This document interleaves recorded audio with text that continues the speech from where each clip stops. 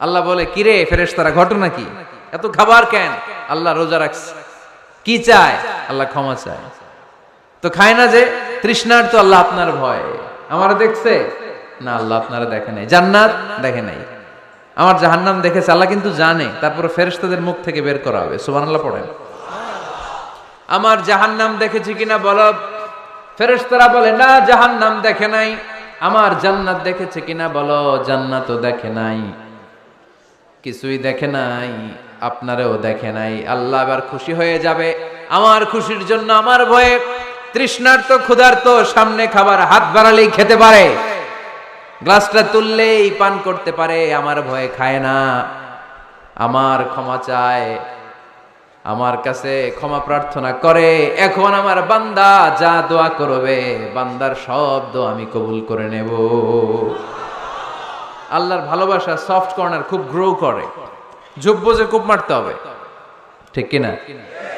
সময় মতো কাজ করতে হবে। সময়ের 1 ফোঁট, অসময়ের 10 ফোঁট। সময় মতো 1 ফোঁটা দিলে যেই লাভ, অসময়ে 10 ফোঁটা দিলে ওই লাভ হবে না। সময় মতো কাজ করতে হবে। ইফতারের আগ মুহূর্তে দোয়া করবেন।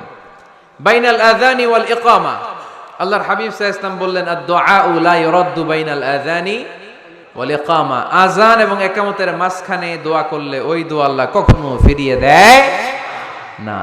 জোহরের আযান হইছে, সুন্নাত নামাজ পড়ে বসে আছেন, মুয়াজ্জিন সাহেব আসে না, ইমাম সাহেবও বের হয় না।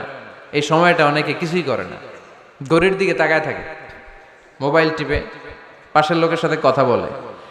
কিন্তু এটা যে it's a very high time to make দোয়া, এটা যে দোয়া করার সবচেয়ে দামি সময়, এটা অনেকে টেরই পায় না। ইউসুফের খিলের ভাইয়েরা, আপনাদের মনে থাকবে তো? আযান ইকামতের মাঝখানে সময় পেলে কি করবেন? লিস্ট করবেন কি কি লাগবে।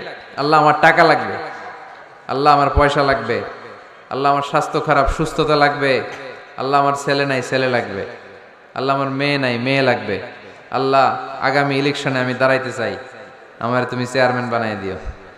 এইগুলো লিখবেন। পারবেন? কথা কয় না। পারবেন? পারবেন? সুপার শপে গেলে কি কমেন্ট পড়ছে নাকি আপনাদের দোয়া? হ্যাঁ, ও চেয়ারম্যান সাহেব আপনি? মাশাআল্লাহ, মাশাআল্লাহ। তো এই যে এগুলো লিখবেন। সুপার শপে গেলে কিন্তু আমরা লিস্ট করি, চাল লাগবে, ডাল লাগবে, রসুন লাগবে, পেঁয়াজ লাগবে, করি না লিস্ট? দেখেন দুনিয়ার জন্য কত কনশাস আমরা, কত সচেতন, কিন্তু আল্লাহর কাছে কি চাওয়া লাগবে ওইটা নিয়ে টেনশন নাই। লিস্ট করবেন আর চাবেন। এরপর আল্লাহর হাবিব বললেন, দুবুরাস সালাওয়াতিল মাকতুবা, প্রত্যেক ফরজ সালাতের পরে আমরা যে আল্লাহর কাছে দোয়া করি, ওই দোয়া কবুল করে কে? তাসবিহ পড়বেন আগে, এরপরে দোয়া। ওইটা আমাদের দেশে যেটা, ওইটা না। আসসালামু আলাইকুম রাহমাতুল্লাহ, আসসালামু আলাইকুম রাহমাতুল্লাহ, আল্লাহুম্মা আমিন ইয়া আরহামার রাহিমিন। আছে না এরকম একটা দোয়া? আল্লাহর হাবিব কিন্তু এরকম করতেন না, সাহাবারা করতেন না। ওনারা বসে বসে তাসবিহ পড়তেন লম্বা সময়।